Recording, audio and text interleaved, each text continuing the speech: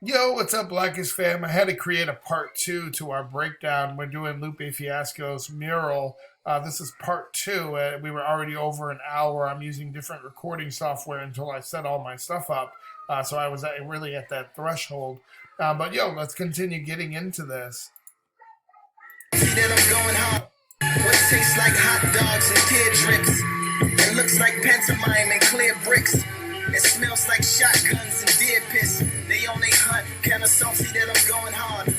That's just, there's a lot of wordplay in that, right? And if he's talking about his music, again, we ended the last video with saying he might consider, it sounds like he's talking about these different perspectives, but he's also, remember, talking about being in the coffin, and the coffin has nail marks on it, right? He's trying to get out. He's talking about what good is the words that I spit if I can't, if there's no match, right? There's no spark.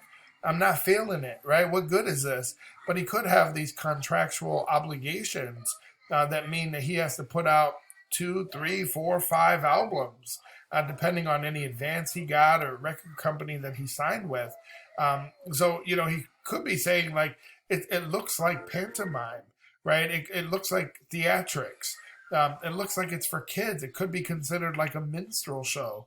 The kids love it. There's a market for it, right? But he can't get to where he has to be. What does he say? He said it's pantomime and clear bricks, right? So he's still limited.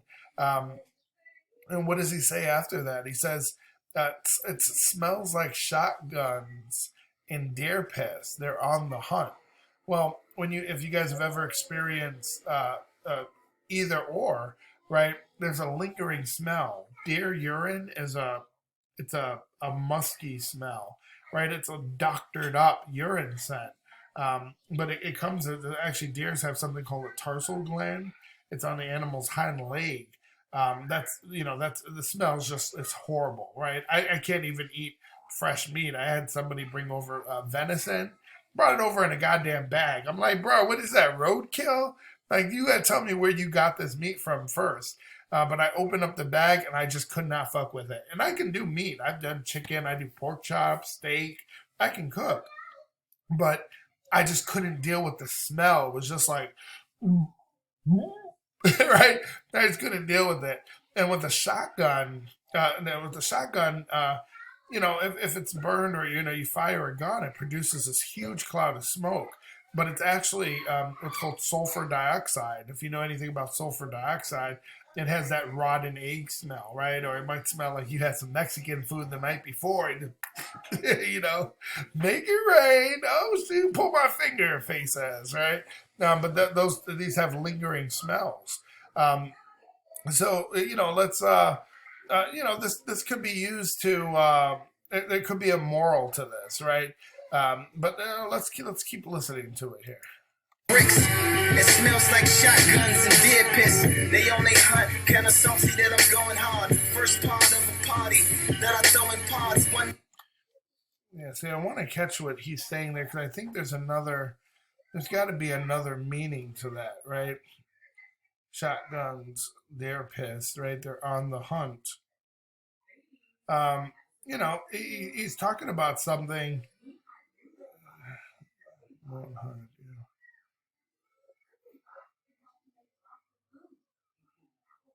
Is that right? Kinda salty that I'm going hard. First part of a party. Apologize for my weird mix. What tastes like hot dogs and tear drips.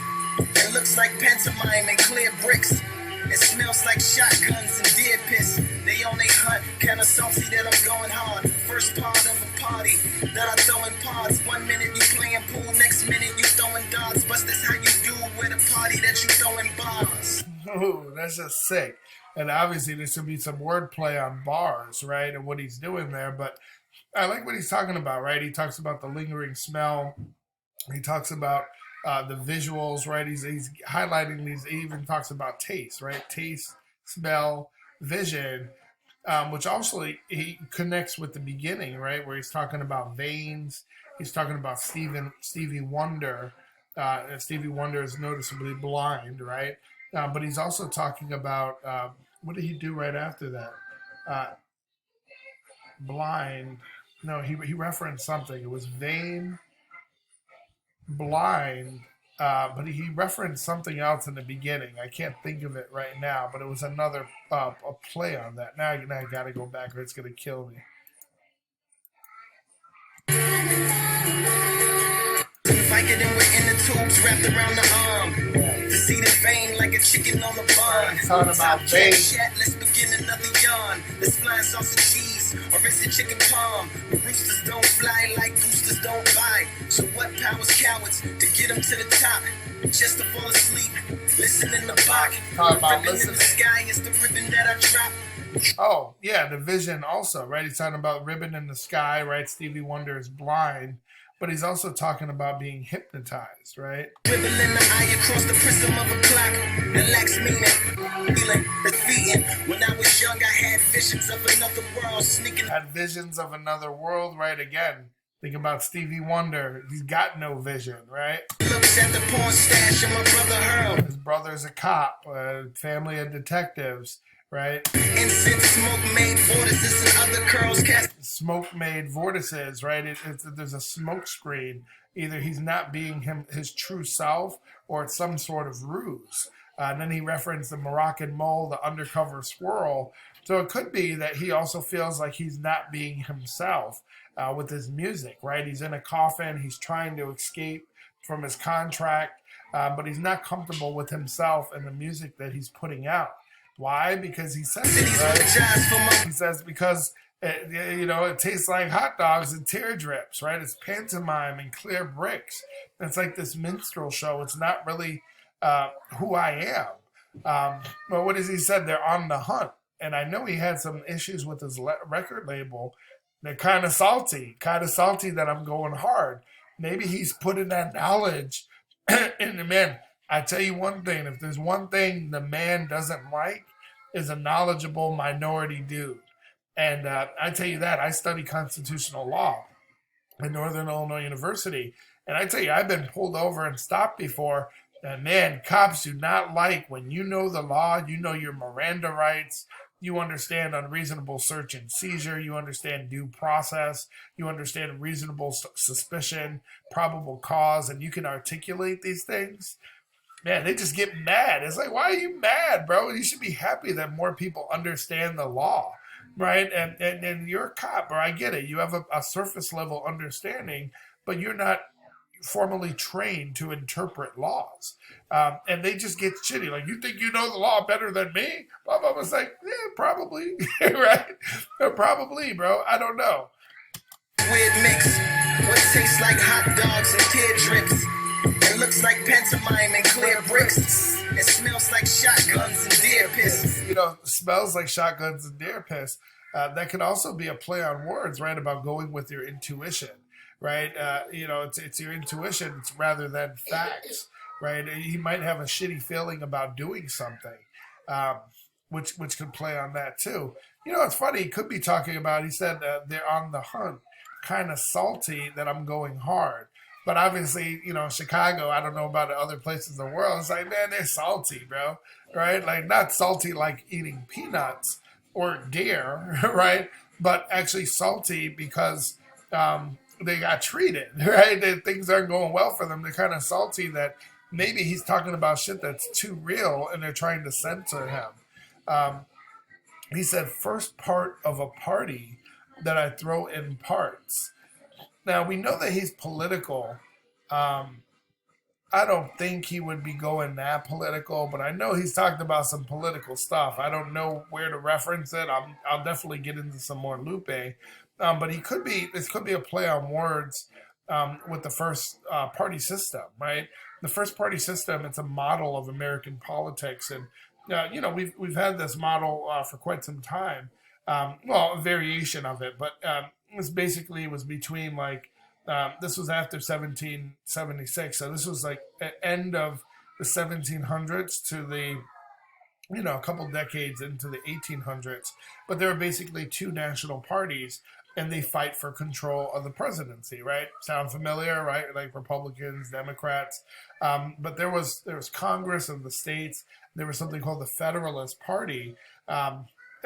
Mainly ran by a name you might recognize, Alexander Hamilton. How many of you guys went to see the Hamilton play or any of their work? But they basically had the Jefferson. It was like a Democratic Republican Party that was Thomas Jefferson and was it Madison or was it?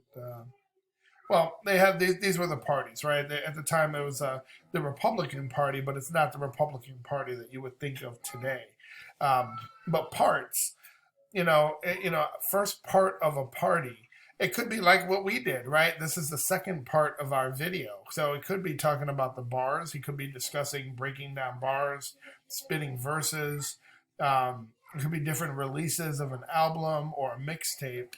So I don't necessarily know another way to interpret that right now. They on they hunt, kinda salty that I'm going hard. First part of a party that I throw in parts. 1 minute you playing pool, next minute you throwing darts. But that's how you do with a party that you throwing bars. Ugh. I run the gamut like I'm throwing cards. Yo, we still got another cartoon reference, right? But we'll get to that. But look, he says 1 minute you're playing pool, the next minute you're throwing darts. That's how you have to do with the party that you throw in bars, right? So you could be talking about, I got to switch it up, right? Again, it's that play on words. I got to switch it up. I got to do things differently. And maybe he has to do it differently because of his record label. Again, he's scratching at the coffin trying to get out, right? He wants to put out the work that he wants to put out. But he's like, man, 1 minute they got me doing this, the next minute I'm doing that. But that's how you do with a party. You got to throw in bars, right? These are all things, activities that you do while you're at a bar. But also, obviously, the wordplay with the bars. Just sick. Oh, and then he said, I run the gambit, right? I think he's, the wordplay there is on run the gamut, right? But I run the gamut. I run the gambit like I'm throwing cards. Also, cards, just like pool, just like darts, they're things that you do in a bar, right? But throwing cards instead of playing cards, that's Gambit, that's X-Men.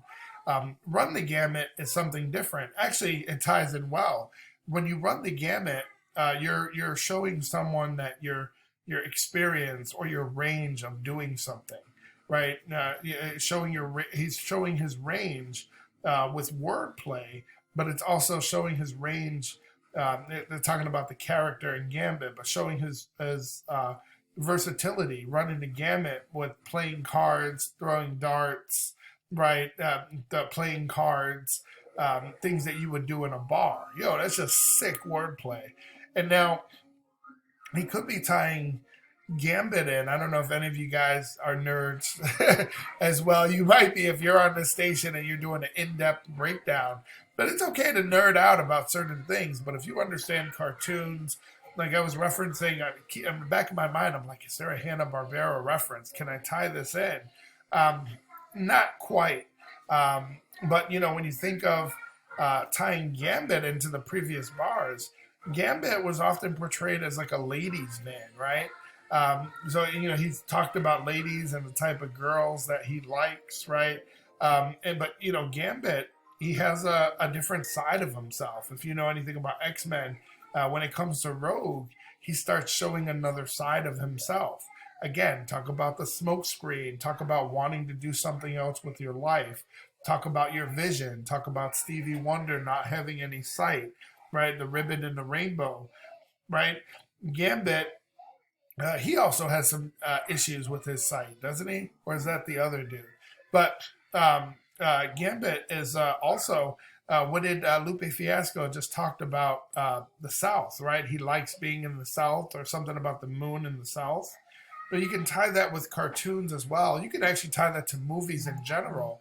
That normally when they talk about the moon is this massive thing that's right behind you. It changes its size and its appearance. If you think about anime or whatnot, they're normally like running from the moon, and it's like this massive thing. But if you know anything about Gambit, he's really proud of his heritage. He's from Louisiana, right? And he speaks with like that Cajun accent. Love that chicken from Popeyes, right? You got that Cajun accent, which again references the South.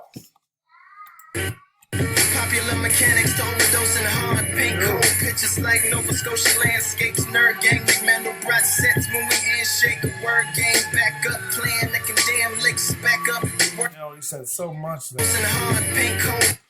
From popular mechanics to overdosing hearts. See, again, he's talking about running the gamut, right? He's talking about doing these different things, these different sides of him, which could also be like a rainbow, right? The different, you know, we talked about the ribbon in the sky or whatnot. You know, you could be talking about multiple layers to even him as an artist, but him as a person, to his life, right? He said from popular mechanics, right? What is popular mechanics? That's a magazine. I actually have a subscription myself. Popular mechanics, they say that they inspire, instruct, and influence readers to help them master the modern world. That's like kind of their little catchphrase. Overdosing a heart, again, it's just a different way to say something. He could just be showing his range, but you know, he could be saying like from the tech world to get into the panties, right? He runs the gamut. But an overdose of the heart would technically be caused by too much heart medication, right? And it increases something called a beta blocker. No, beta blockers, they can slow down your heart rate. They make it very difficult to breathe. And then you would, of course, get the dizziness, the trembling before you actually overdose from heart medication. So could be a play on word there. I don't know if he's getting that in depth with it. What does he say? Paint cold pictures like Nova Scotia landscapes. Now, we do know that Lupe Fiasco is an artist. I know there has been talk about, I don't really know his work, but I know he's done some pieces in Chicago. So he is an artist. Nova Scotia landscapes, I don't know exactly what he paints. I do know Nova Scotia has beautiful landscapes. It's like more screensaver type, but I don't know anything specific that he's done. Let me know in the comment section if you know or can reference anything that either he's done or if there might be a different way to interpret that. It's kind of interesting that he's saying cold, paint cold pictures, right? Because I think that could be more of the urban definition of cold, like something sick. Yo, that's cold, bro. Like the opposite of hot, but we used to say that in the streets. Right? Oh, man, that's cold, bro. Ice cold. What's cooler than being cool? Ice cold. All right, all right, all right, all right, all right, all right. Now, ladies, yeah, right. But Nova Scotia, it actually has a pretty moderate climate. I don't think anybody that knows anything about where it is in the world and their kind of climate, it doesn't get too hot or too cold, right? Due to its proximity to water, it's just not going to. But so I'd be interested. It's just interesting that he says cold. You just wouldn't expect that, even with the wordplay. Again, like I'm throwing cards. Popular mechanics to overdosing hard. Paint cold pictures like Nova Scotia landscapes. Nerd gang, McMandelbrot sets when we handshake. Yeah. Word game, back That up, playing brother's getting deep when he's talking about Mandelbrot. I don't even really understand it, but there's this. Now I might not even, because it sounds like he's talking about a game. He say nerd game, make Mandelbrot sets when we handshake. He might not be talking about the Mandelbrot that I'm familiar with. There's like a phenomenon that we learned about that. Basically, if you take anything, let's say this is a phenomenon. If you take like a cloud, a snowflake is probably a good example, or like brain tissue, right? Something that it has really similar properties. They have patterns that recur over and over again at smaller and smaller scales. So Mandelbrot basically, and this was a mathematician. I should have started with that. I believe his name was Benoit Mandelbrot. This was a period that was called this was like a scientific revolution period of the 80s. And keep in mind, we didn't have the technology that we do today, right? So basically what he was doing is this, basically using a mathematical equation to try to understand something like a snowflake, right? That seems like it varies time after time. And what he was actually able to look at was something called fractional dimensionality, or basically it's something called fractals, and it's not like drilling, oil drilling. It's nothing like that. But one fractal is called a Mandelbrot set. It's a way of using math again to try to understand phenomena, really complex phenomena, and they were hoping that they can extract from that and they can use it to talk about immune systems and brains. I don't think it quite worked. I don't really study this stuff. It's been a long time since I've read on it. But it's something which could tie in closely to popular mechanics. I'm willing to bet at some point this was something that's featured. I'll have to look back. I actually still get the physical copies of Popular Mechanics sent here monthly. So, man, really interesting stuff. If I'm one of those people. I love learning about new stuff and just exploring it. I wonder how that works. How does that tie into this? How could that change the world? So I like reading these Popular Mechanic magazines. They're just really interesting to say the least. Yeah, see, when we handshake, that doesn't make sense to me unless he's talking about like spreading germs. I guess you can extract like a virus or a germ and try to define that and how it. But I don't know why he would. I don't know the connection between Mandelbrot sets and handshake. So it makes me think that maybe he's talking about some sort of game. Maybe he's talking about something and it's just another name for Mandelbrot. But you don't hear that name often. It's not something common, right? But here, let's just keep going. Oh, well, there he goes. He might have defined it. He said a word game backup plan that can dam lakes. So maybe Mandelbrot is a word game. Again, it might just be something that I'm not familiar with. I don't do a lot of board games. I know the typical one, right? Typical ones, more the Monopoly, Trivial Pursuit, Jeopardy, of course, Clueless, Operation. But I'm kind of old school when it comes to games. A word game. Now, see, he could be playing, because it sounds like he's also talking about his lyrics here. Like he's saying a word game backup plan that can dam lakes, right? If you know a dam prevents water, a man-made one anyway, where you can control the flow. Get it? Control the flow, lyrics. But he's saying like maybe his lyrics are so dense that they can actually dam lakes and prevent the flow. Or maybe somebody's preventing his flow. He said, back up the wordplay, playing at the man states means I can still be the man if the dam breaks. Okay. A word game backup plan that can dam. So maybe he's saying, again, we tied it with him being in a coffin. There's scratch marks on the top of the coffin. So it sounds like he's being restricted. All right. We think he's having some issues with his label and putting out music that he truly wants to put out.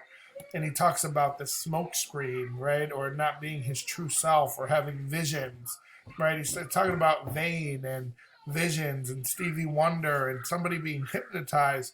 So maybe he's talking about, I got a backup plan I got these bars, right? I got this flow. That's my backup plan if I can ever get out of this deal, right? Which could be the meaning of the handshake, the deal. But my backup is the wordplay. It means I could still be the man when the dam breaks and these flows will come out. I'll still be the man. Like this isn't my bread and butter right here. I got plans to do other things in the world. I just need, a better deal maybe, or to make moves or whatnot. He said, when the demand breaks, I'm reflectious. What they can't face. My peers will still treat the mirror like it's a fan base. When the demand breaks, right? So the demand stops. Okay, so he's saying, he's playing on what's going to happen later in his career, right? Saying I got a backup plan that can dam lakes. Like it's so dense. My lyrics, my flow is so sick. It means I could still be the man. When the dam breaks, maybe my deal is over. I can continue flowing the way I want to flow. But when demand stops, maybe I'm not as hot as I once was. He said I'm reflectious, which means he can self-reflect or take a step back. maybe others can't do that, right? So what he's saying, maybe other people can't do that. When demand breaks, I can sit back and reflect. Other people can't face it. Right? He's saying my peers will still treat the mirror like it's a fan base. Maybe they're putting out what they can't. My peers will still treat the mirror like it's a fan base. Yeah, that could be interpreted differently because that could be a good thing, right? My peers will treat the mirror like it's a fan base. Do music for you, right? That's your fan base. Do music that you're happy with, not for anyone else. Um, so there could be some wordplay there. I don't remember. Was it Atlantic that he was with? I'm trying to remember it. I think he references it in a song, but I haven't followed him in so long. I'm definitely looking forward to um, getting into some more of his work. Because look at the wordplay. I don't know how in depth he gets, but you can anticipate this like the flow, right? When you talk about the dam controlling the flow, rhythm and flow, things like that. But he says, man, I can still be the man if the dam breaks, right? It could also be him not giving a damn, right? It could be him like, the kind of like zero fucks given kind of deal, which would be a really interesting way to put it, right? It is basically saying like, okay, when my demand breaks, I'm reflecting. My ego won't get me like other rappers that are self-absorbed, which would also tie into being vain, which he referenced in like the opening paragraph, right? That could be a really good way of putting something. Um, but again, let's talk about. He's also talked about his peers looking in the mirror, right? You talk about somebody who's vain, connecting it with all the way in the beginning with these cartoons. Think about Mirror, Mirror on the Wall, right? That that would actually connect a lot of this together. Mirror, Mirror on the Wall. That's what is that? A Snow White, right? Mirror, Mirror on the Wall, who's the fairest of them all, right? Sorry, I hope I'm not getting a little bit sick. My daughter, that's why she stayed home. I brought her home and she like threw up on me last night. And I hear my nose is like getting stuffy. Let me get a mint real quick.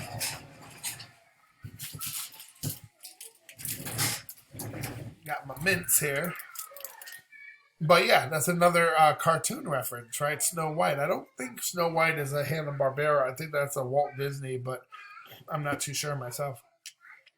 Wordplay playing at the man states means I can still be the man if the dam breaks. When the man breaks, some reflections what they can't face. But parents still treat the mirror like it's a fan base. The unfettered veteran, the eagle feathered man of medicine that hovers above cities like weathermen. Maybe weather. Ooh, damn.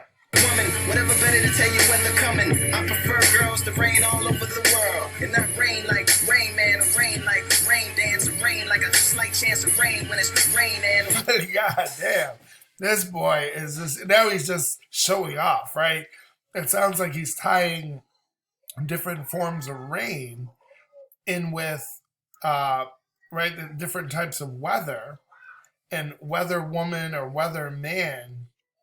But he was also just talking about dams, right, and connecting it with water, weather.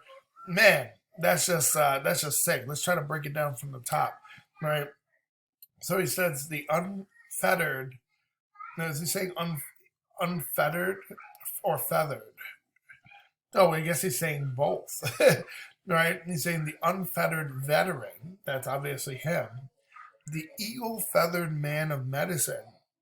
Now that can be, I think, Native American, but there's also eagle feathers are considered lucky. Any feather, different feathers mean different things, but people used to say birds, they travel so close to the sky.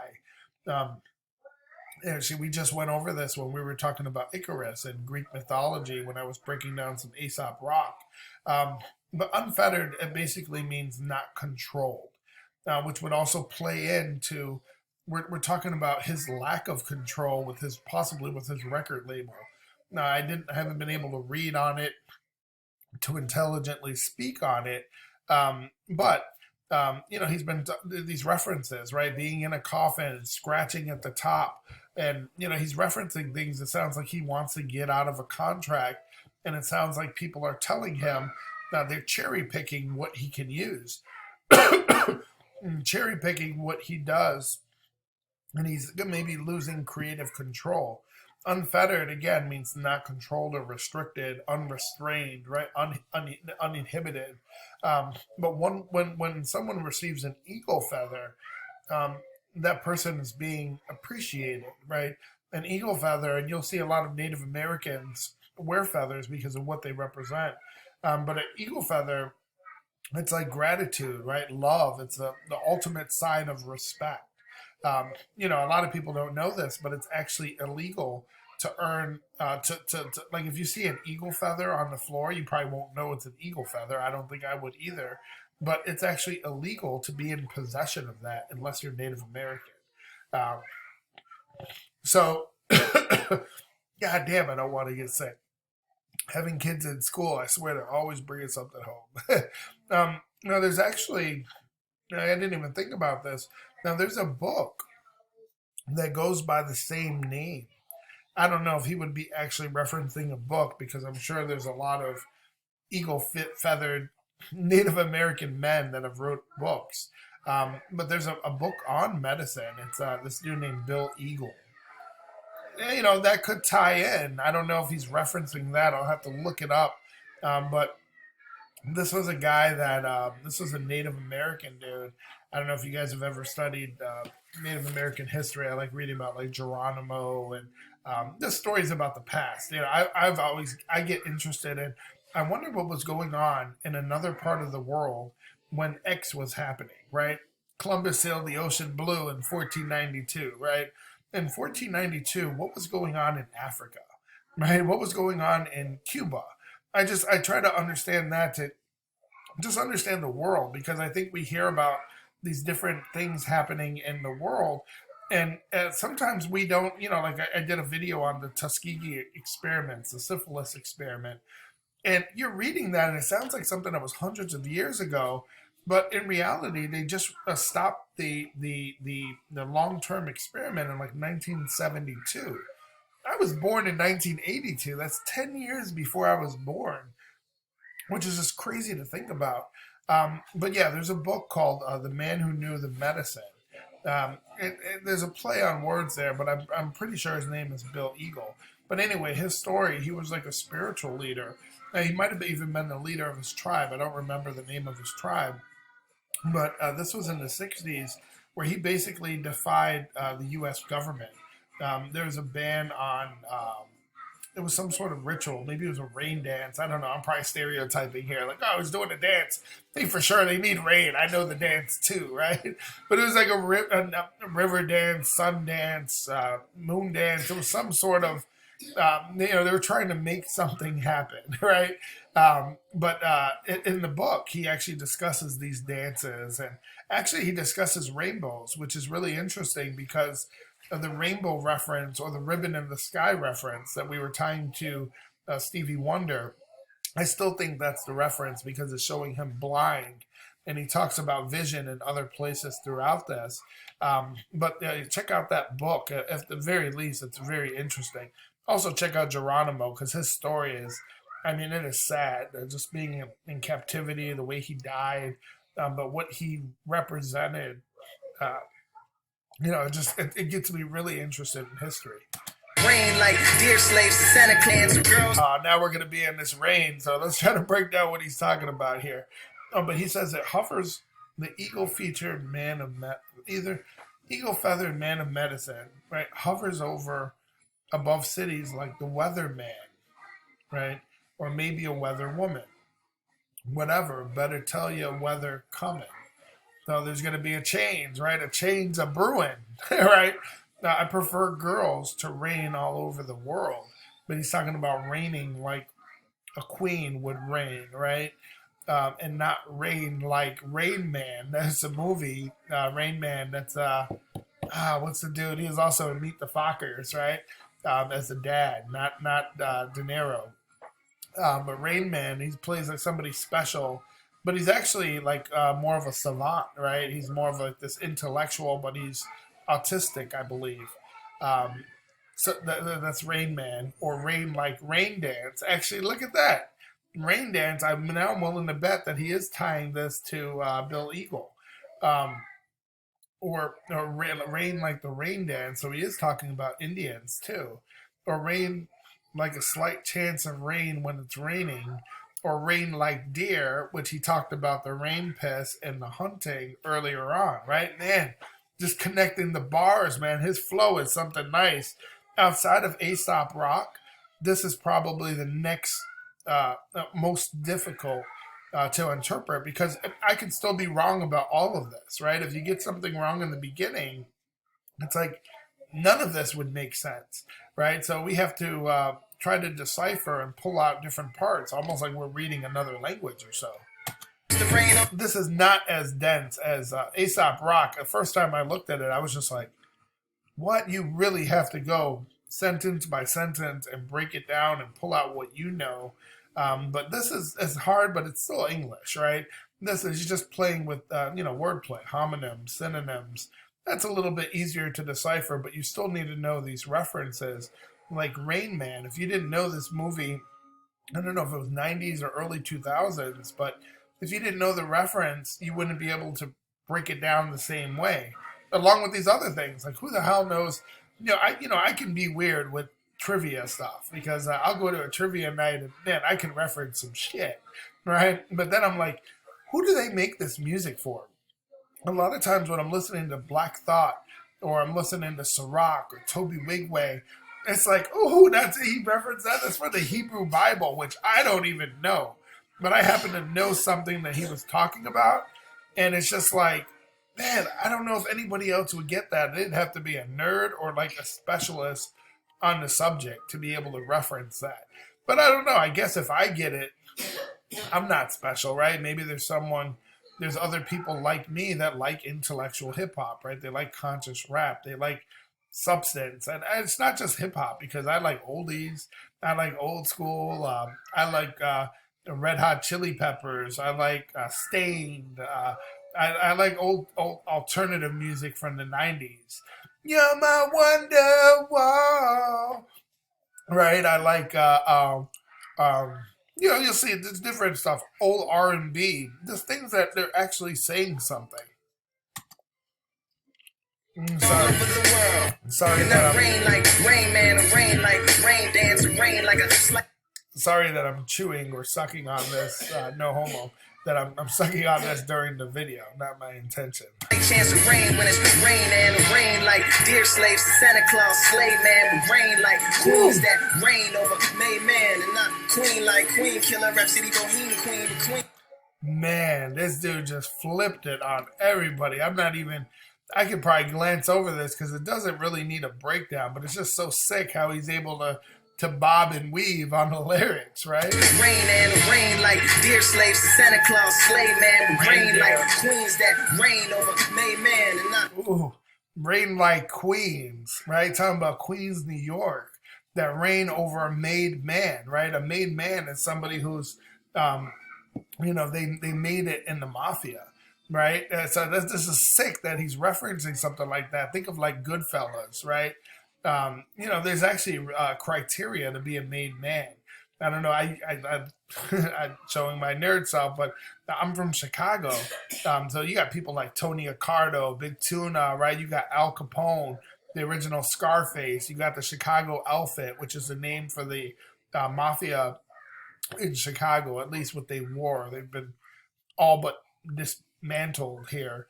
But they had really specific criteria to be a made man. There's 5 rules that really stand out. And it's funny because he's talking about queens, right? He's talking about queens and made men. He's obviously talking about New York. There's actually 5 families of New York as well. 5 families in New York, and it's how the mafia divides the city, right? So if you want to be a made man in the mafia, you have to be loyal to members of the organization. And that means that you're not an informer, but you're also not interfering with somebody else's interest in something, right? You have to be a rational like-minded person. You're a member of the team, right? Think of yourself working with any organization. You're not choosing battles that you can't win, right? Let somebody else win the battle because you're going to win the war, right? This extends to personal life too. It be a man of honor, right? That's what they want, somebody who's going to stand up for women, for the elders. This is actually what gang life used to be like as well. Where I grew up in Chicago, these were still things, right? Be a stand-up guy. Don't be a sellout. Show courage. Show heart, right? If you can't pay, don't play or you'll get your ass whooped owing somebody money, right? Things like that. Have class. Be independent. Know your way around the world. Um, these are things that you needed to do before you were a made man. You had to prove yourself. You had to earn your stripes before they gave you that. And then once you were made, people couldn't touch you in the way they can just touch other people. Queen like queen, killer rap city bohemian queen, but queen like white glove, wave hand, and not wave hand. Right, the princess wave. The queens, they wear the white gloves, right? Like royalty. Like you might see Queen Elizabeth, or you might see, it doesn't have to be specific to a queen, princess, or royalty does it as well. Like it's a heat wave, so you make a fan by waving your hand. I'm talking wave like you saying, hey, man. And not hate for horses and horses like you almost horses. You gotta treat your vocal. Dude, he's just killing it now. He's just, and listen to what he's talking about, queen waving, right? But he's the wordplay there are still on weather, right? On weather, and then like actual physical weather, but rain and wave, right? These natural things. And they say not wave hand like heat wave, also tying into elements, but fan like you're waving a hand, wave like you're saying hey, but hey, not like horses, right? But horse like your voice is hoarse, like mine might be if I continue getting sick, right? But what he just did right there, he said, but hey, but not like hey, like horses eat, horse like a horse throat. He said you're almost voiceless. That's what's called a homophone. No homo, right? But similar meaning, right? A homophone, there's two words, or it could be more, right? Two or more words that have the same pronunciation, but different meanings or different origins, different spelling, right? It could be horse and horse, but it could be new, but new, right? Like I knew that my new headphones came in, but also they're brand new. Right? That would be called a homophone. Pause like it's a fortress and treat every single one of your words like reinforcements, and especially when you're recording, because that's the portion that's important. When I was reporting that I was poor, but now I'm more than it's still hooker hills on my sugar hills and sweet spots, crying shames make margarita rims from cheap tops. Now, okay, so what did he say there, right? He's talking about your vocal cords, but he was tying that into being hoarse, right? Or hoarse, like you're losing your voice. Words like reinforce, retrieve, like a fortress. The portion when I was reporting, I was poor. Now I'm more than. Saying that, I was poor back in the day. That was important to people, but now I'm more than poor. I'm greater than, right? I have what I need. He said I'm still hooker heels, which could mean I'm still in these streets, right? Hooker heels, sometimes they're referred to as fuck me boots or come get some, right? Those are what girls wear when they want to get fucked. If you ever go to a club or a bar and a girl's got the thigh-high boots or the knee-high boots, she probably got matching bra and panties on too. That means she's anticipated what's going to go down tonight. Not every scenario, but it's an indicator, right? It's a coinky dink that I can, but that's, but it could be also saying like, yo, hooker heels, what do hookers do? Hookers are in these streets, right? Now I'm in these streets still. But hooker heels, he said, Sugar Hill. It sounds like he's referencing Sugar Hill Gang, right? Doom, doom, doom, doom, doom, doom. I said the hip hop, the hippie to the hippie to the hip hop, you don't stop. The rocker to the bay, to the boogie, the up jump, the boogie to the bay, to the boogie beat. Now what you hear is not I'm a rapping to the beat, right? Rapper's Delight was arguably the first rap song to be played on the radio, and the first hip hop single that hit the top 40 charts. I think it only reached number 36. But last semester, when I was taking some classes at Northern Illinois University, I had to read a book called That's the Joint. It's a book on hip hop. We were actually studying the origins of hip hop. Really interesting stuff. Africa Bambaataa, DJ Kool Herc, right? You can actually, it talks about these house parties they were having, how they were pulling electricity from power lights. Really interesting book, deep stuff. Talks about the big blackout in 1977 in New York and how that really got a lot of people into DJing and how rap came about. So just really interesting stuff. Now, where does he go? So, sweet spots, crying shade, make margarita rims from cheap tops. That's weird. I don't really know what he's saying there, but a margarita, it's normally not a sweet thing. It's normally, I think it's salt. I'm more of a mojito guy, but I do like my margaritas, but I don't think it's sugar.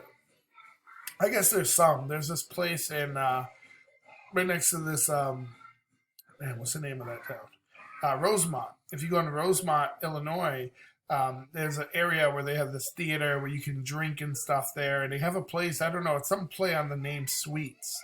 But they do these margaritas with like candy coming out of them and sugar on the thing. It's like diabetes in a cup, right? So I guess you could put sugar. The drinks that I've had with margarita have all been salt. I don't know if it's because I go to a Mexican place and there's mad tequila in it. They normally salt the rim, right? They dip it in something or wet it, and then they roll it in sugar or salt, and then it gets the rims. And you do it on a glass that was frozen beforehand. Run that back. So much sugar hills and sweet spots, crying shames, make margarita rims from cheap tops, deep plots, and floor to ceiling windows for my pea pots, and little scenes, swift as sickle swings to make the wheat drop it. You know, what he could be talking about, too, is, again, we talk about, what did he say before? He talks about the smoke screen, a different vision, doing something different and playing on that, right? So it could be talking about, discuss salty versus sweet. Now, he's already said salty earlier when he was talking about, I believe, these record labels or management companies that were trying to limit what he's talking about. So he could be tying it in with that. Right, the salty versus sweet, and a salty more from an urban perspective as well. Floor to ceiling windows for my pea shames, make margarita rims from cheap tops, deep plots. Floor to ceiling windows for my pea pots, and little scenes, swift as sickle swings to make the wheat drop in 100 words for them. He's saying a lot. Deep plots, right? I don't know. Yeah, Florida says he's talking about a plot of land, right? When you buy land, you have to get what's I have one here. It's like a survey, and it's showing your plot, everything you own that comes with buying a property. It's not just the property, but it's the land. It's a single lot or a double lot. But the survey will actually show you the limitations of where your ownership goes to. But that would be your plot of land. Floor to ceiling is just something you can do. I don't know if you guys can. I don't want to show you this. There's a little bit of a mess, but I was going to show you. I made some arrangements before you get to the pool area. I put not just a big sliding door, but I have two of them that are each 12 feet long. So it's like 24 feet of just windows that go and they open. They go from the hardwood floors, not quite to the ceiling, but the higher you go, the more you're doing the most, right? But it looks good. It's higher end. It's a different look. You would see it in like a high-rise building. But you wouldn't necessarily talk about the deep plot. But yeah, I guess you could make a residential building and just have these huge windows, so you have this incredible view, right? And deep plots and floor to seal windows for my peep pots. It could be for his people, but I'm thinking peeps like Easter, right? It's right around the corner. You get those little marshmallow bunnies. The brand is called Peeps. And they actually put them in little pots. So you can make it look like it's growing a little bunny and stuff. It's cute, things you do for Easter. But it could be like he's going to put his chia pet or something there, right? Let's run it back a little. Pea pots and little scenes with the sickle swings to make the wheat drop in 100 words for them hummingbirds that like the eavesdropping fan. I like peacock to make the deep pills on my sugar hills and sweet spots. Crying shames make margarita rims from cheap tops. Deep plots and floor to ceiling windows for my pea pots. A little scene, swift as sickle swings to make the weed drop in 100 words. For them hummingbirds that like to eavesdrop and fan out like peacocks with a parakeet that beatbox. Ooh. Yo, he's talking some shit there now, right? So a little scene, right? What does he say? A little scene with the sickle swings to make the wheat drop. Now, if you cut weed, if you're cutting down wheat and you're doing it manually, I would argue that you're not using you're not going to use just a regular sickle. You think of the Grim Reaper, right? You might think of a sickle. But you would more than likely use a scythe, which I guess is similar to a sickle. They might even be interchangeable, but a scythe is used for chopping down wheat. But you could use something that it's more like a pirate's fake arm, right? Arr, right? Imagine moving a sickle swing to make the wheat drop. Yeah, so you could be doing it. It might not be just cutting it down, but imagine moving a bunch of hay, right? Or you're moving a bunch of wheat. You're going to feed livestock. You just really need the hooks, right? You hook into it, move it, and throw it. But it's what he says after that. 100 words for those hummingbirds that like to eavesdrop and fan out like peacocks with a parakeet that beatbox. There's different interpretations of that, right? You think about birds. That's another way you're talking about a girl, right? These birds in these streets, these cluckers, right? But a hummingbird, they're symbolic too. A hummingbird specifically symbolizes like joy. It's good luck, right? There's special qualities, but hummingbirds are important to people all around the world. But again, a hummingbird, I'm thinking it's more urban for girls that always got the ear to the streets. They're out air hustling, right? They eavesdrop and they always put your business in the streets, which could be humming, right? Or they fan out like peacocks. But what do peacocks do? They actually do something called peacocking, right?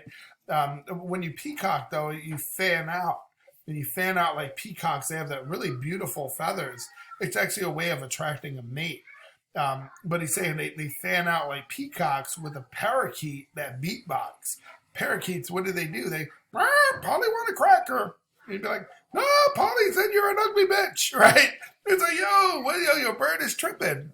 Well, that bird they have a little bit of vocal cords, right? So they could say certain words, but they can actually interact with you if you know anything about parakeets.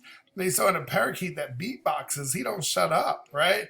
So he's saying that these are girls that are out here listening to things you do, air hustling, then fanning out into these streets, and they're putting out stuff that they shouldn't really be speaking of. For them hummingbirds that like to eavesdrop and fan out like peacocks with a parakeet that beatbox. So the sun rises when the beat drop and the sun dies when the beat stops. Then it unties, then it relocks, then it relapse, then it detox, then heat back like a heat pack on his kneecaps at the weak spot, cause he want what we got, like, yeah. Yo, that's saying a lot. So the sun rises when the beat drop, and the sun dies when the beat stops. Kind of makes me sound like you're feeling alive, maybe only living for the weekend, or you're feeding off the energy that you get from music. But when the music stops, things change, right? He said, then it unties, then it relocks, then it relapses, then it detox. Now, Relapse is an Eminem album, and Detox is a Dr. Dre album. I don't know if that's connected with this album, but that sounds like it's definitely highlighting Eminem and Dre. So, yeah, let's just... Tox, then heat back like a heat pack on his kneecaps at the weak spot, cause he want what we got, like, yeah. He could be talking about, right? We were just talking about hummingbirds. He could be talking about birds, not necessarily women, but he could be talking about Twitter. I mean, do hummingbirds tweet? I don't think they tweet. They hum, I would imagine. But he could be talking about fans on Twitter, right? The Twitter, you imagine it's the bird, right? You're sending a tweet. So he could be talking about people like me, right? Fans or people that are interpreting his music, listening to his stories, right? And that we always have something to say, and then that fans out. We only care what happens when the music's playing, right? We only care about what happens when the beat drops, and then we stop when the beat stops, right? Then it relapses, then it detox. So that could be he could be saying that we only care about the music. We don't care about anything else that he's doing in the world. He could be saying that, there's sunlight or positivity in the game, but it's just darkness outside of that. But it sounds like I would definitely say he's talking about people on Twitter that try to break down his music, and they only care about the music. They don't care about everything else that he's trying to do to improve the world.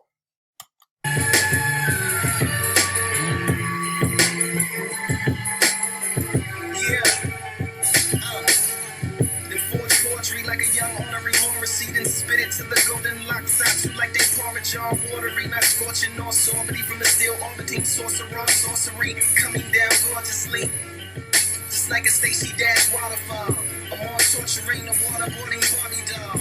Damn, a waterboarding Barbie doll. God damn, that's nasty. But I like what he's saying, right? He said forged poetry. A lot of people would say Lupe Fiasco is poetic.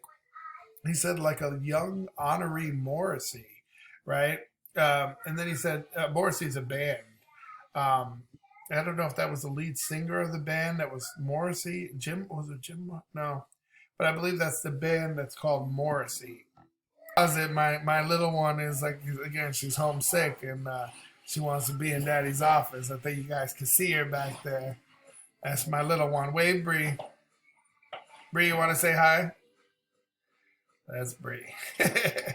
But, okay, so what is he saying, right?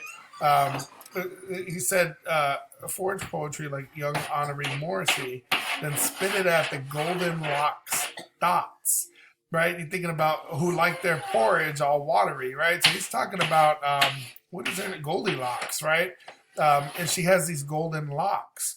But you could play on, right, urban terminology. Thank you. It's the urban terminology, right? Girls in the hood.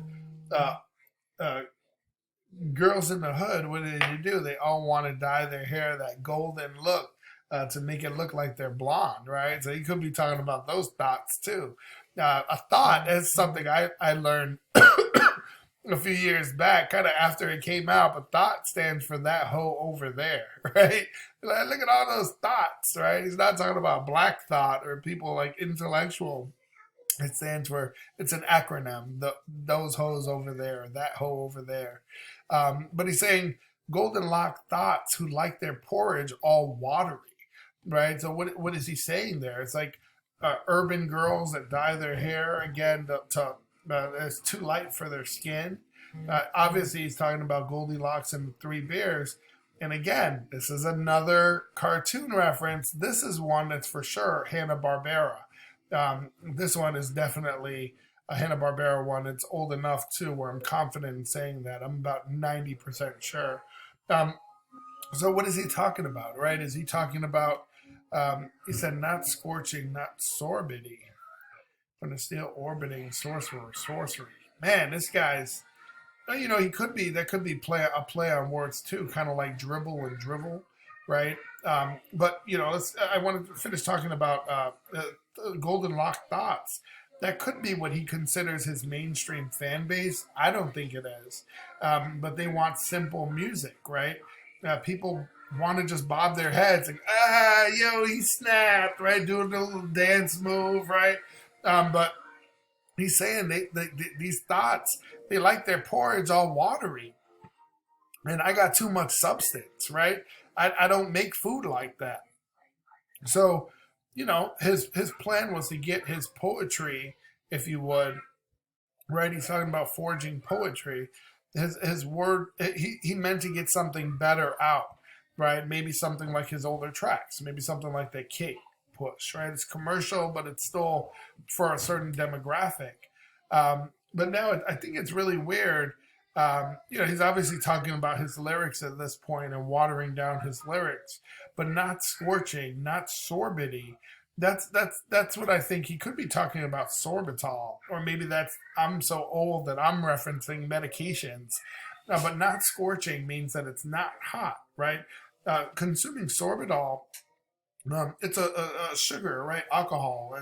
It can cause bloating or diarrhea, right? Especially if you're not used to consuming them on a regular basis, right? This type of alcohol.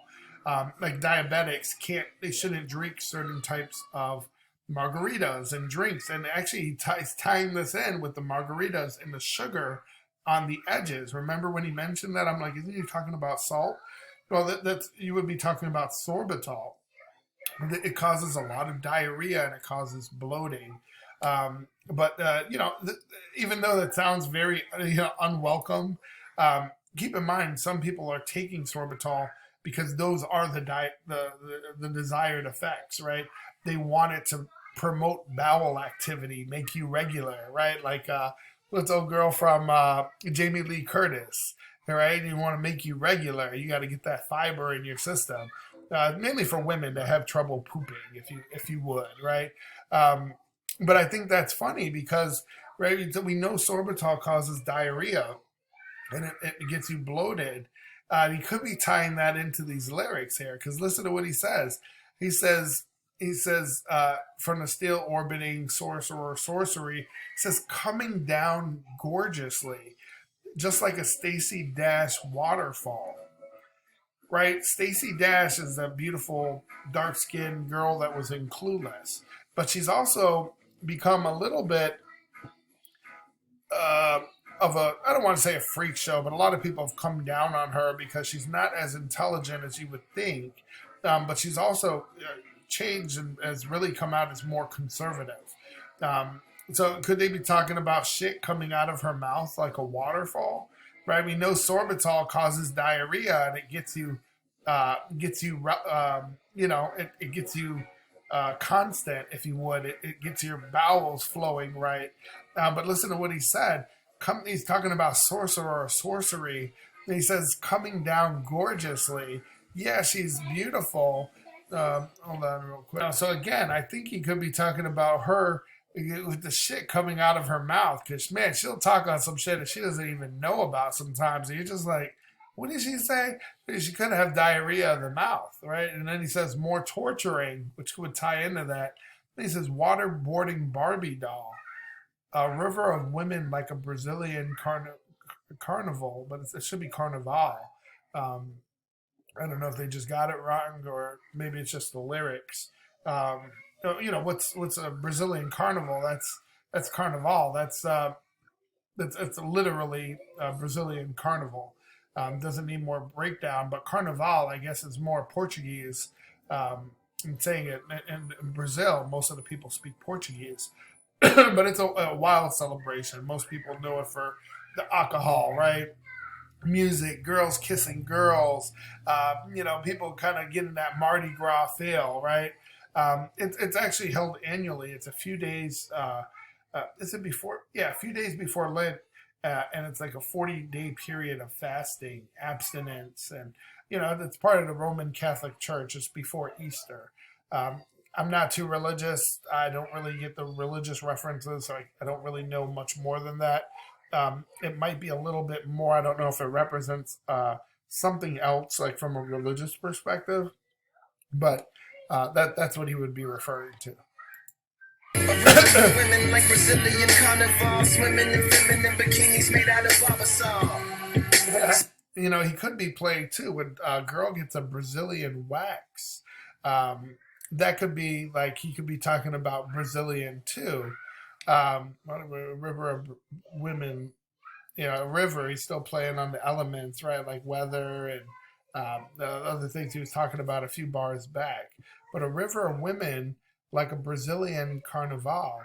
Yeah, and swimming, right? He's still talking about water. He's still talking about, but swimming in feminine bikinis. Again, girls get Brazilian waxes when they wear bikinis, but he's saying their bikinis are made out of barbasol. Barbasol is a shaving cream or an aftershave. They're like, it's a collection of shaving products. I don't know if they have a high end brand, but they're normally like the Walmart brand of, Barbazol is like a generic that you might see at a barber shop because they're buying mass quantities of it. But a swimming and feminine bikinis made out of Barbasol, if it's made out of shaving cream, it's extremely easy to take off, right? He might be talking about getting some, right? He might be talking about giving someone the dick, right? Swimming in feminine bikinis made out of Barbasol. Yeah, look at what he's saying. Somebody give him the volleyballs, right? Give him the balls, give him the dick. Carnival, swimming in feminine bikinis made out of Barbasol. Somebody give them the volleyballs. They're easy, just like Stacey Dash's character in Clueless, right? She was considered an easy girl in high school. They were graduating high school. Never, don't ever send her to Molly Mall's. Homie, if she lonely, she... Molly Mall, that's it. He went to prison. He was running a prostitution ring. He's a hip hop producer. Treated. Volleyballs. If you love her, don't ever send her to Molly Mall's. Homie, if she lonely, she might end up in Macaulay's claws, coming out the closet over godless. Oh, just got that. He's a homie. If she lonely, she might end up in Macaulay's claws. Macaulay Culkin, right? Macaulay Culkin was in Home Alone. Home Alone, he has that the famous scene. He's left alone at home during Christmas, and dudes are trying to break into the house. These robbers, right? And he's coming up with all these different tricks and trying to be witty and outsmart them. But there's a scene where he's like dancing in the mirror and he's planning, and he's like, I kind of like having no brothers and sisters. I don't need my parents. And then he goes and he takes the shaving lotion, the aftershave after he shaves. I'm sure it's probably Barbasol. I don't really know if it was or wasn't, but he takes it and then he goes, right? Because the Barbasol, any aftershave, right after you shave, if you put like rubbing alcohol or anything like that, it's going to burn because your pores are open, right? You can close your pores by actually putting cold water on your face. Warm water opens your pores. Cold water closes your pores. But in that case, it might have been his first time, but in Macaulay's claws, right? That's that famous scene. Just sick wordplay, man. Mars, homie, if she lonely, she might end up in Macaulay's claws, coming out the closet over goblets down at Mardi Gras. The famed champagne, walk of shame, lobby car. My rap position was black edition and activism. It sounds like he's talking about smashing, right?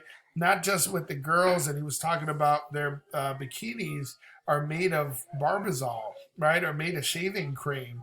That means they easily come off, right? And he talked about get somebody giving her the volleyballs, right? And he said, if you love her, don't send her to Molly Malls.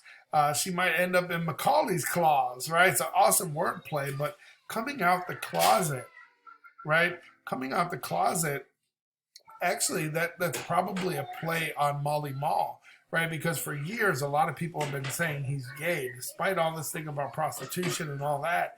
Word on the street is Molly Mall is gay. But he's saying coming out the closet over goblets down at Mardi Gras. That can also be a play on, like we just referenced this, girls kissing girls, right? And people just living, it's kind of like what happens in Vegas stays in Vegas, but only it's specific to Mardi Gras. Goblets are normally for water or I want to say tea. But they're more like shot glasses when it comes to Mardi Gras. A lot of people wear them on their chains, that you give away when people are like, flash them, right? And you throw your chains. So coming out the closet, it could be girls kissing girls, right? Over drinks down at Mardi Gras. But I think there's some extra wordplay there.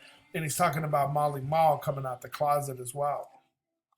Ammunition for abolition missions, attacking systems, business down at Mardi Gras. The famed champagne, walk of shame, lobby car. Yeah, again, he's talking about smashing, right? He's talking about these girls, people coming out the closet, maybe girls kissing girls. But it sounds like he's actually talking about the process, if you would, of smashing in a night, right? What did he say? He said, the fame, champagne, walk of shame, lobby call. It's almost like he's giving you a turn by turn of what happened that night, right?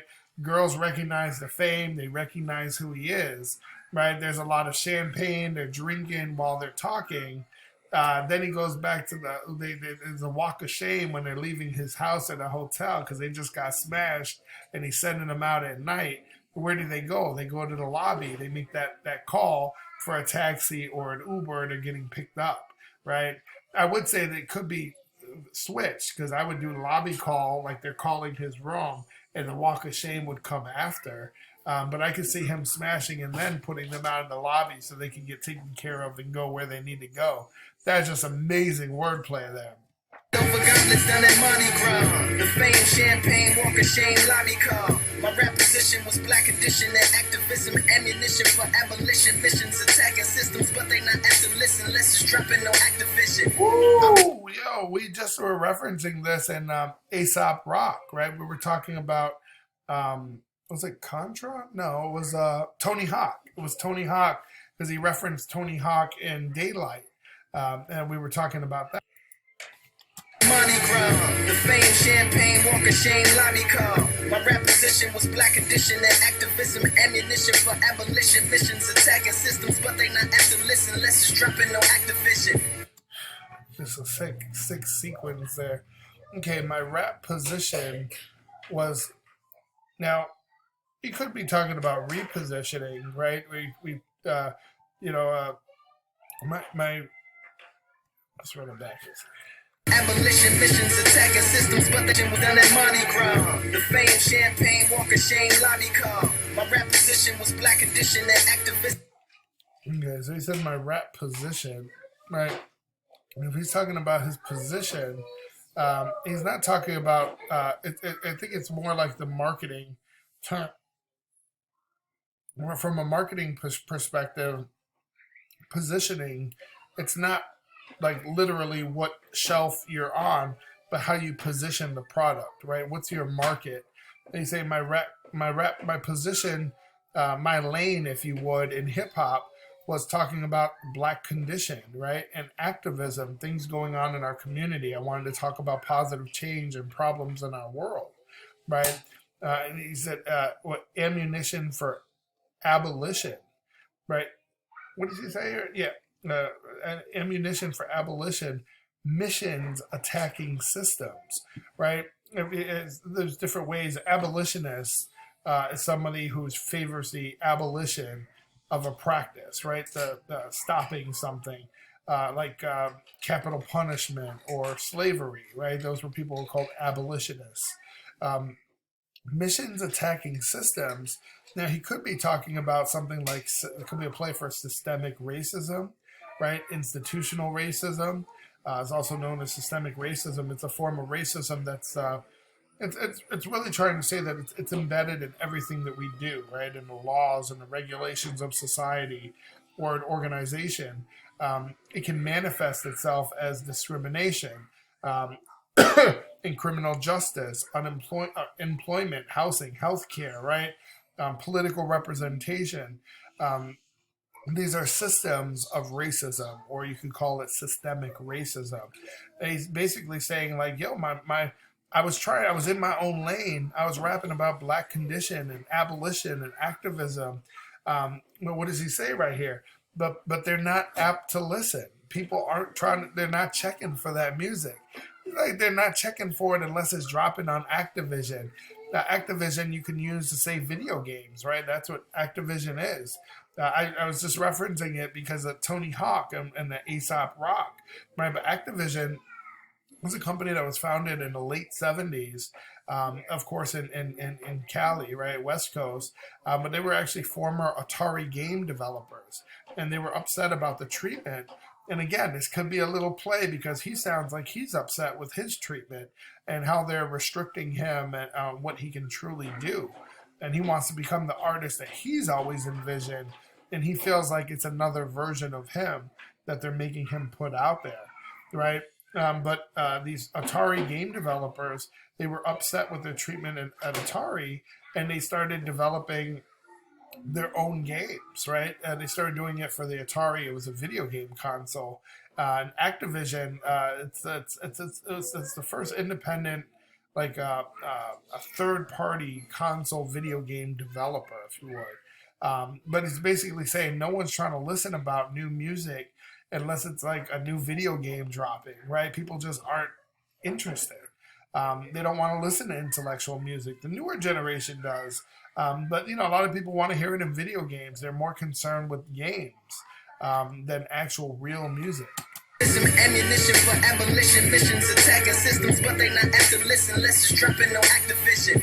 Are we apps or are we bodies filled with apparitions? Operating applications stuck inside an Apple prison. Chicken hacking download updates that.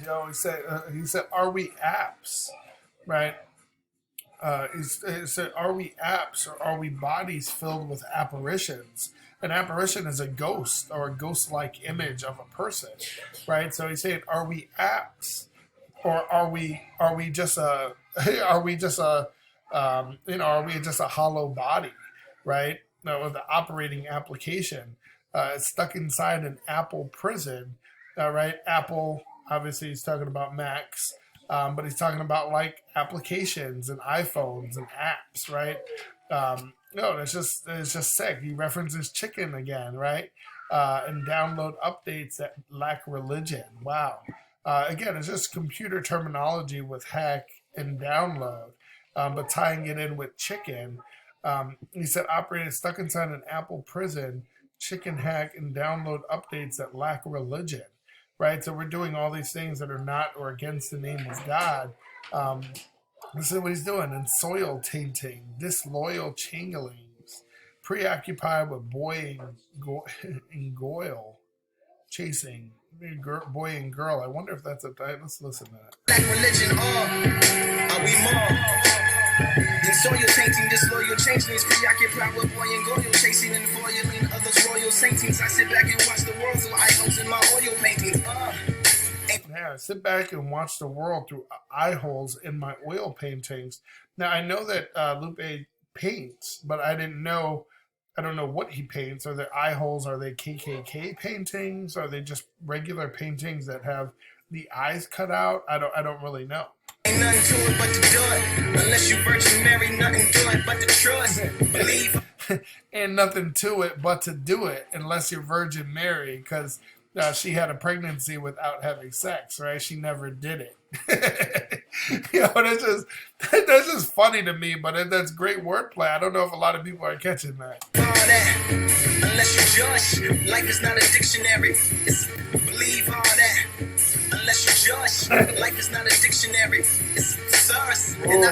Life is not a dictionary. It's a thesaurus, right? It's not how you define things. It's what they mean to you, right? A thesaurus, you can look for different meanings of a word, right? So how do you interpret things for you, right? What does it mean to you? That's more important. That's sick. Like a missionary to a clitoris. The wordplay, I feel like a missionary, right? You're automatically thinking religion, right? A Christian missionary going to some country that's mostly Muslim, right, and trying to spread the word of Christianity, but it's also playing on words. Like missionary is also a position, right? When a girl's laying flat on her back and you're just in the standard smash, the old smash and grab, right? Giving her that donkey dick, right? Giving her the stroke, right? And then handling your dismount. But he's a missionary, obviously, to the clitoris. I think most people, if they're grown, they know what a clitoris is. I don't think that needs any more breakdown. Air of traditions that I swear to never change my chair position or conditions of my porridge. Air of traditions, and I feel like a missionary to a clitoris. The water bearer, air of traditions that I swear to never change my chair position or conditions of my porridge. Submission for. He was already earlier talking about his porridge, right? When he was talking about the Golden Lock Thoughts, who we thought might be his mainstream fan base, or the more mainstream of his fan base, right? They want simple music. They want porridge that he called watered down. And he said, I'm the water bearer, heir of traditions, and I swear to never change, right? Never change my chair position. This ain't musical chairs. I'm not jumping around. I know which side of the fence I'm on, and I know how I like my porridge, right? That's sick. We know that he wants better sounding music, and music that sounds good to him. sedition against the religion of a chorus. Keep them golden weed thieves out the mother. Submission for sedition against the religion of a chorus. So you might ask, okay, to clarify this, we need to say, what is sedition, right? That's speech, right? It's conduct. It's something used to incite people to rebel against the authority, right? You know, like you would say what happened at the state's capitol, right? There was some sedition. So that would help define what that is. The fucking forest. As I picture of a chorus, chair position or conditions of my porridge. Submission for sedition against the religion of a chorus. Keep them golden weed thieves out the motherfucking forest. He's talking about Goldilocks, right? He's not calling her a golden lock thought anymore, but again, he was talking about his porridge and doing it the way he wants and not watering it down, right? He said, man, keep them golden weave thieves out the motherfucking forest, right? They don't, if you don't like this, then it's not for you, boo-boo, right? As I perform a nerve storm, I prefer my pictures in word form. Bury the hatchet like how a bird born. As I paint cold pictures like Kool-Aid facing condensation, having conversations with flavorful combinations, slave to my concentration. So that's OJ the Juice Man meets OJ with two hands and two gloves. That's too snug to judge who was who drew blood. And Lupe, look at all these two cans. Hey, yo, that's just sick. Man, he just went off there, right? So, okay, he said, as I perform a nerve storm. What's a nerve storm? That's a sudden burst of like neural energy, right? A lot of people think these are responsible for migraines or even epilepsy. Fun fact is actually not too fun, but when I was young, I actually ran into a wall. I was playing, I ran into a wall, and I actually had 2 epileptic seizures when I was really young. They stopped after like first grade, as I haven't had any problems since I was like 6 years old. But I had an epileptic seizure. And the funny thing is, time changes when you're going through that. I was actually playing with a micro machine. I don't know if it was like the guy version of Polly Pocket, right? Micro machines were these little miniature cars, and one went under the couch, and I went to go dig for it, and I reached for my little micro machine. As soon as I grabbed it, I just felt like something happening, and I woke up 2 or 3 days later in a hospital saying that I had a seizure. And then it happened one other time when I was with my grandparents, and they kind of knew what to do to keep you from swallowing your tongue and whatnot. But it's crazy how people experience that throughout their life. And sometimes it could affect you. You know, I don't even know if I would be the person I am today if I experienced seizures at a different consistency, right? But that's what as I perform a nerve storm, he's talking about, he's dropping these lyrics. You can see his wordplay. You could tell that this is just a very intelligent guy. But he said, I prefer my pictures in word form, right? Now he's also talking about these deep intellectual lyrics. Bury the hatchet like how a bird born. When a bird's born, it hatches out of an egg, right? But bury the hatchet, obviously the wordplay on hatch and hatchet. Bury the hatchet is like ending a fight, right? You're ending the fight with someone, becoming friendly. He said, as I paint cold pictures. It's funny, when he talked about painting before, he did the same thing, and he was talking about Nova Scotia, right? But I was like, man, he must be using it in more of an urban way. Like, man, that's cold. But here he's using it differently. He says, as I paint cold pictures. Oh, no, he might not be like Kool-Aid facing condensation, right? Condensation comes when you get things like you get condensation on a window that's 2 temperatures and they kind of fog up. I don't know if you know anything about the Kool-Aid man bursting into your house, as you can draw on him, right? You just take your fingers like you're at the freezer at Walmart or Jewel, and you can draw a little happy face on a picture, and that's the Kool-Aid man. No, it's just funny that he's referencing that. But, what does he say? Having conversations with flavorful combinations, right? Flavorful combos, man, in the hood. I'm from Chicago, just like Lupe. I'm sure we do this in hoods around the world. Man, you would mix those packets, right? Like, man, let me try a cherry with a grape. Let me try a strawberry with this, right? And let's see if I put a little bit more sugar in. It's like, woo, that's perfect. It's just like some black, it just looks like grape drink at this point, right? But that's what we do with in the hood with Kool-Aid or any other juice like that. But then what does he say? slave to my concentration, right? Juice is concentrated, like orange juice can be concentrated. He said that's OJ, the juice man. That was OJ Simpson. That was what they called him, right? The juice, I believe. Meets OJ with two hands. He's talking about juice, but he's also talking about OJ Simpson killing Ron Goldman and Nicole. I forgot her last name. I can't believe that.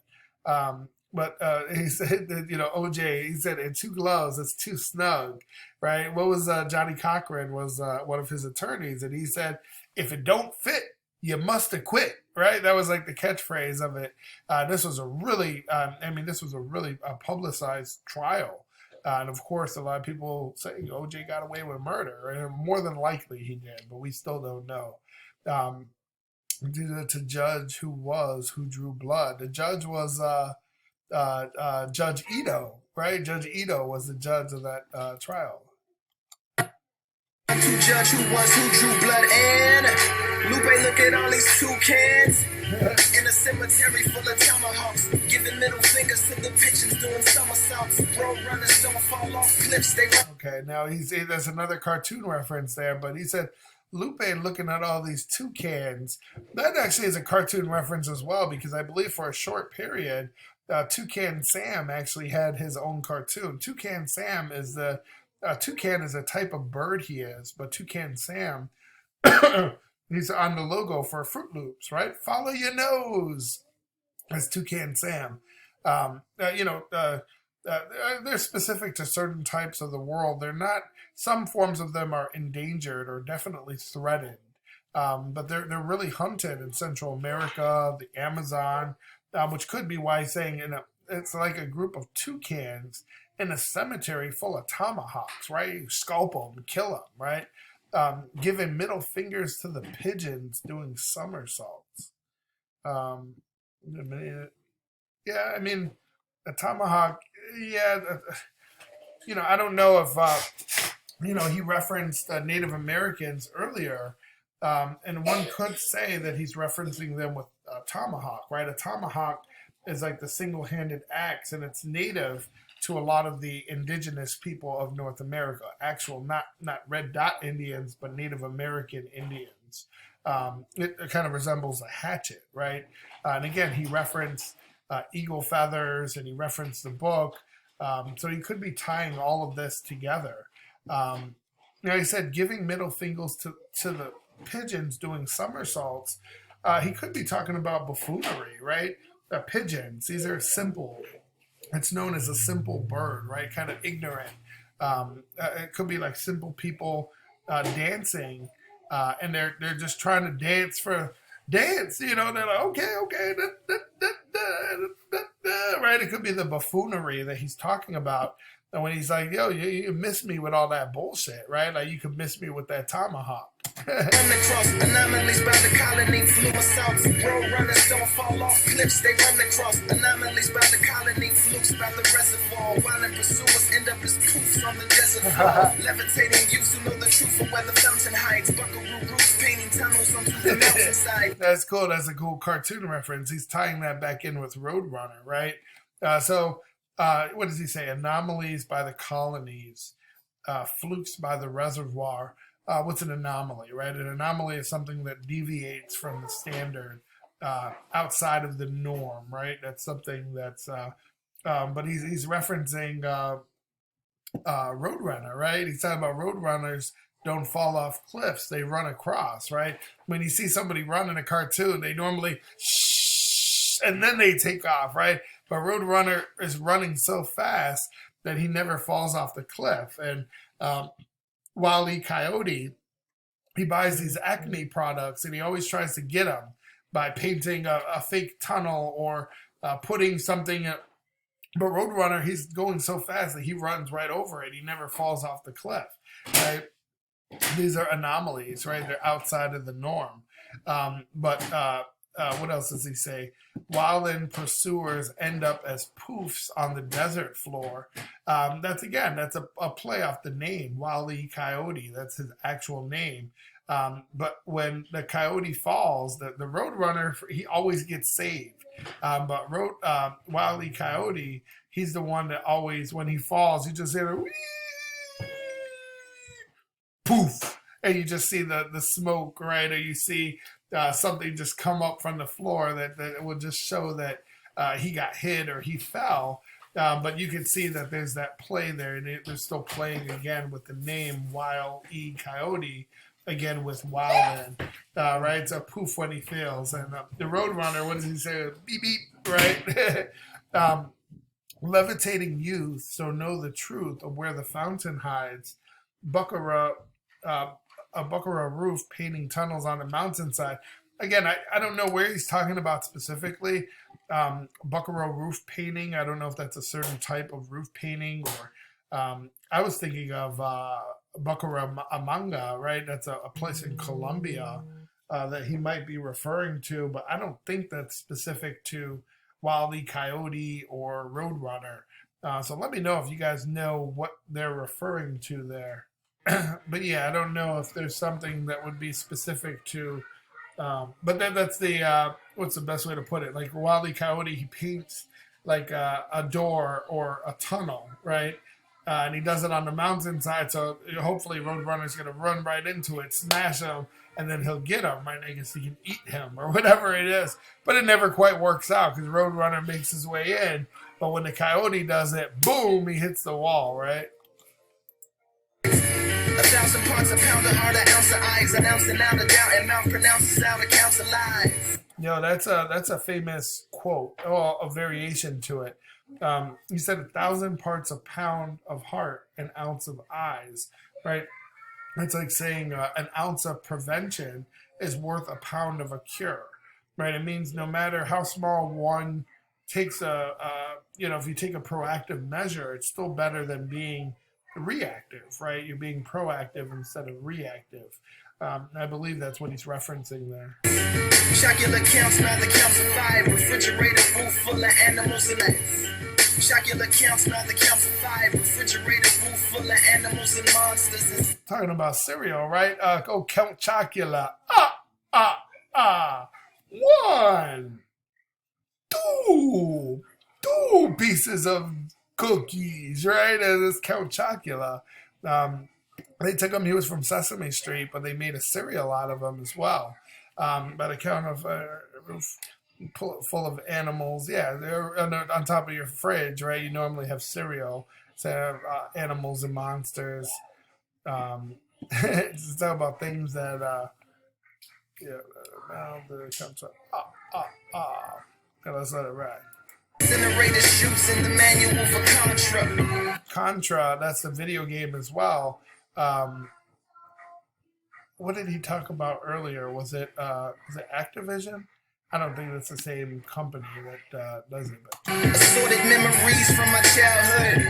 Absorbing energy from the wild woods. Electronic combat, Konami signed contract. Chinese chalk killing cucarachas on contact. Yeah, he did tie it together, right? Listen to what he said. He said assorted memories from my childhood, right? He's talking about incinerated shoes, when you burn your shoes or you get rid of them. The manual for Contra, that's a video game. He said absorbing energy from the wild woods, like you would get energy from the woods or a forest preserve or nature. But I don't know if this is specific to Chicago, but when you went to places like Jewel, if you were on food stamps or so back in the day, they had these sections it was called the generic aisle. Everything was white. But if you wanted rice, that was just what the fuck it was. It was just a bag. It just said rice. You wanted butter, it just said butter. You wanted toilet paper, it just said paper, right? And you can go down there, and it was like cheaper versions of all the generic options for all the products. Well, they started coming out with brands that were specific to the company, just like how Walmart is owned by the Walton family, Sam Walton. They also own Sam's Club and Sam's Choice. So you go in Walmart, and you can put a quarter in or 50 cents and you can buy a pop, but it's always a Sam's Choice pop. Well, Jewel, or the parent company, is called Albertsons, that oversees Jewel Osco out here in Chicago. But it's different names in different places, regions of the world. They had a brand called Wildwoods, and it was like, I don't know, 8 pops for $1 or something like that. and it was called Wildwood, and you can get them at little corner stores. You can walk in with like 30 cents or whatever, and you can pick up a can of pop. But it was this just generic version. It's thought about absorbing energy from the Wildwoods, and I'm sure that's the reference. Chicago, spread gun aficionado, a fish killing cucarachas on erotic memories from my childhood. Absorbing energy from the wild woods, electronic combat, Konami signed contract, Chinese char killing cucarachas on contact. Yo, he went back to, he said electric combat, Konami signed contract, right? So he's also tying back in Contra with Konami. And Konami signed contract, Chinese char killing cucarachas. And Konami, I think most people would know who they are, but it's a Japanese company. It's an entertainment, like a video game company, right? They also do like anime. They do trading cards. They do slot machines. They do those big arcade cabinets. They're a variety of. They're in the video game world. Just on contact. Chicago, spread gun aficionado. Efficient spitting bridge and divisions isn't Chicano. And like I said, Chinese char killing cucarachas on contact, right? Cucarachas are roaches. Chicago spread an aficionado. An aficionado is a person who's very knowledgeable or even enthusiastic about a certain subject or activity. Chicago spread. Let's bring that back. Spread gun aficionado, char killing cucarachas on contact. Chicago, spread gun aficionado, efficient spitting bridge and divisions isn't Chicano. Who's the boss? If it isn't Lisa Milano, brutal call, ninja mission into the Congo. Polarized envy of the older guys, Black Obi Shinobi hitting kiddo in the face with all my throwing knives. Oh, yeah, it's another video game reference, but also a cartoon reference, right? So he says, who's the boss if it isn't Alyssa Milano? Alyssa Milano, who you might know her from, that witch show? With the three witches. Oh, man, what's the name of that show?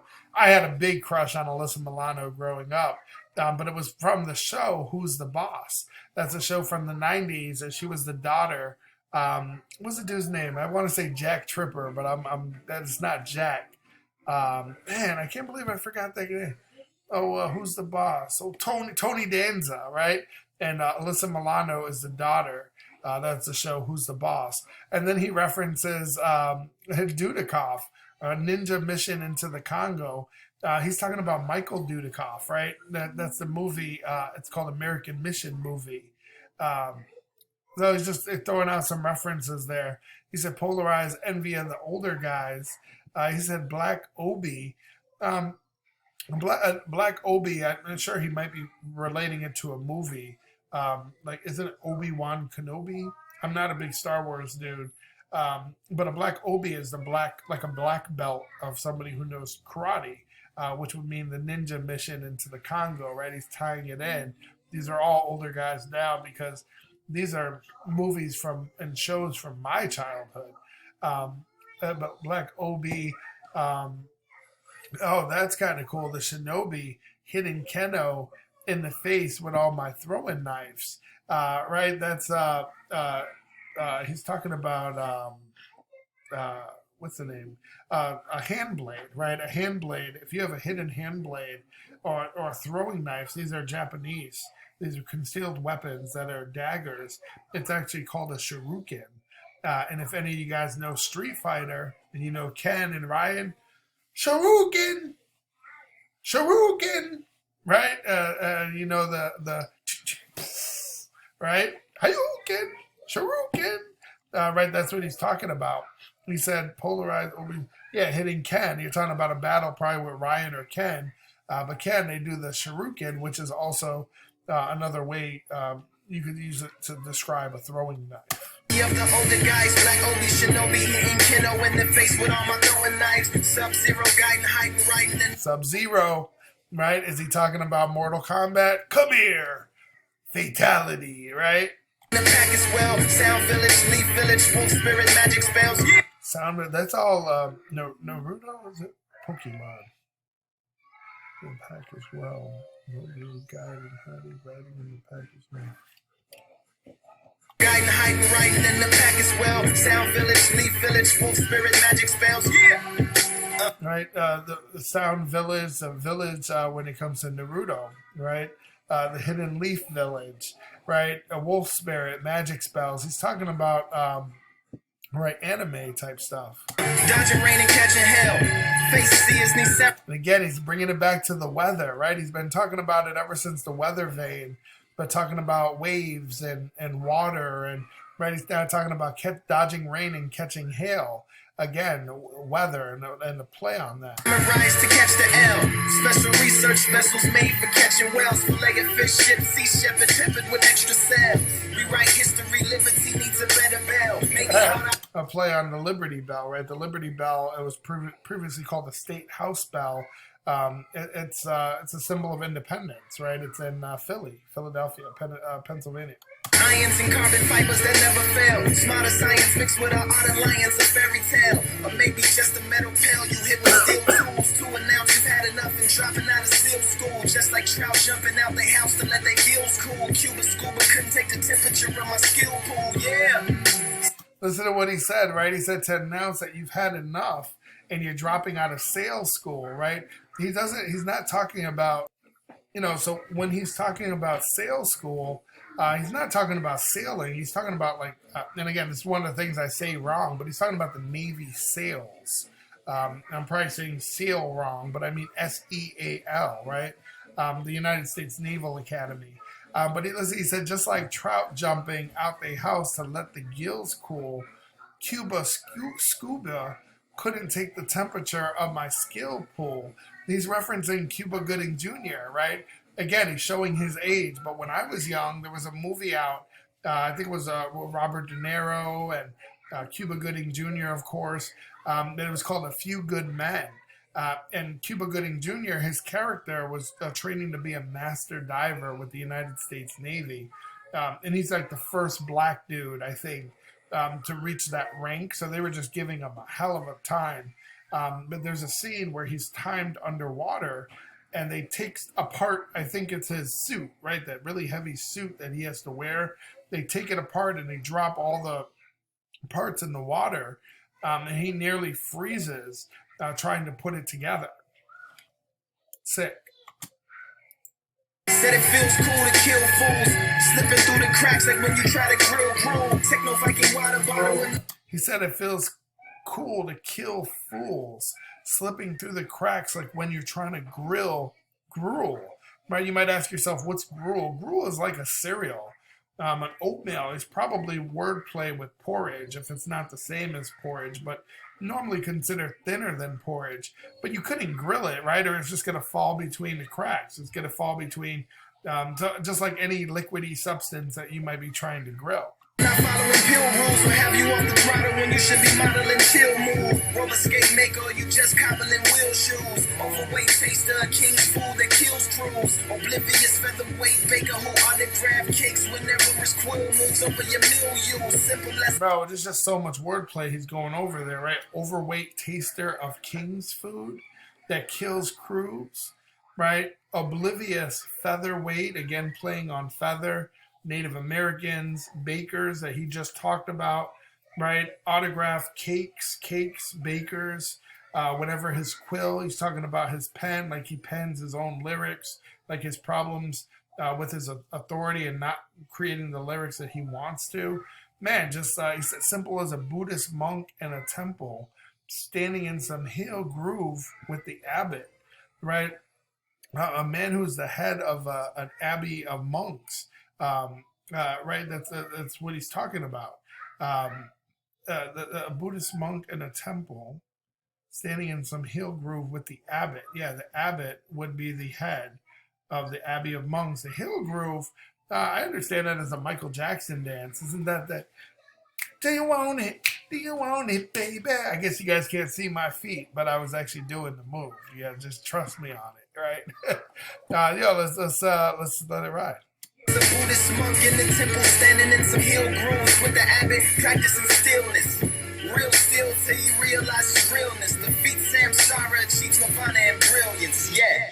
Yo, that was nice.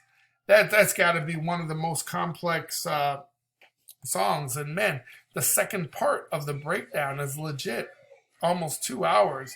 And the first part must have been an hour. I probably spent more time on this than Aesop Rock. But I know this is older music, so I'm going to try to get into some newer Lupe. But yo, shout out, I believe his name's Eric, and one of the subscribers has been like, yo, got to get into some Lupe. So yo, man, this is for you. I know I've been talking about getting into some more Lupe. We'll definitely check out some more of his catalog. But just at the end, I wanted to touch on what he said there about stillness. Obviously, he's playing on the Buddhist monk, right? Talking about stillness, realness, right? But he says defeat samsara achieves nirvana and brilliance.